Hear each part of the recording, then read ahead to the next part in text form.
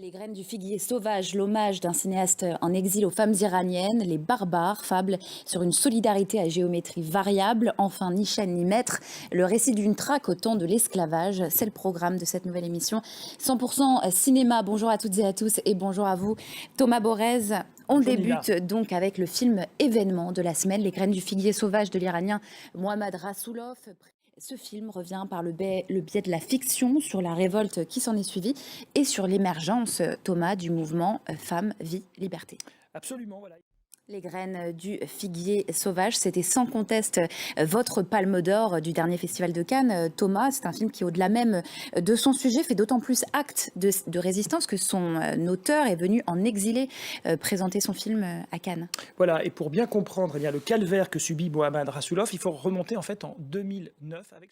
Jusqu'au dernier moment, à Cannes, on ne savait pas si le réalisateur allait pouvoir venir. Alors ce mouvement Femmes, Vie, Liberté, il s'est aussi constitué en ligne grâce, vous l'avez dit, aux vidéos sur Internet. Le réalisateur a d'ailleurs utilisé ces images dans son film pour documenter cette violence du réel, cette violence des manifestations. On va écouter à ce sujet Mohammad Rassoulov.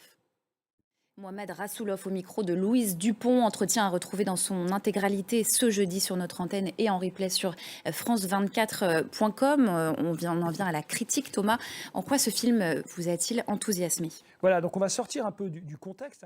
Les graines du figuier sauvage, très grand film donc à voir dès maintenant au cinéma. On passe au nouveau long métrage de la réalisatrice Julie Delpy, Les Barbares, une comédie qui se déroule donc dans un village breton. On regarde la bande-annonce. À noter également cette semaine ce premier long métrage Ni chaîne ni maître de Simon Moutaïrou, un drame sur fond d'esclavage au XVIIIe siècle. Et c'est avec Camille Cotin et Benoît Magimel. Voilà, on est donc au XVIIIe siècle, vous l'avez dit. On termine Thomas avec le dernier long métrage posthume de Sophie Filière, décédée donc il y a un an, Ma vie, ma gueule, avec Agnès Jaoui, une comédie dramatique au fort élan autobiographique. Merci beaucoup à vous Thomas, c'est déjà la fin de cette émission, merci pour votre attention. On se quitte donc avec des images de Ma vie, ma gueule. Je vous dis à très vite sur France 24.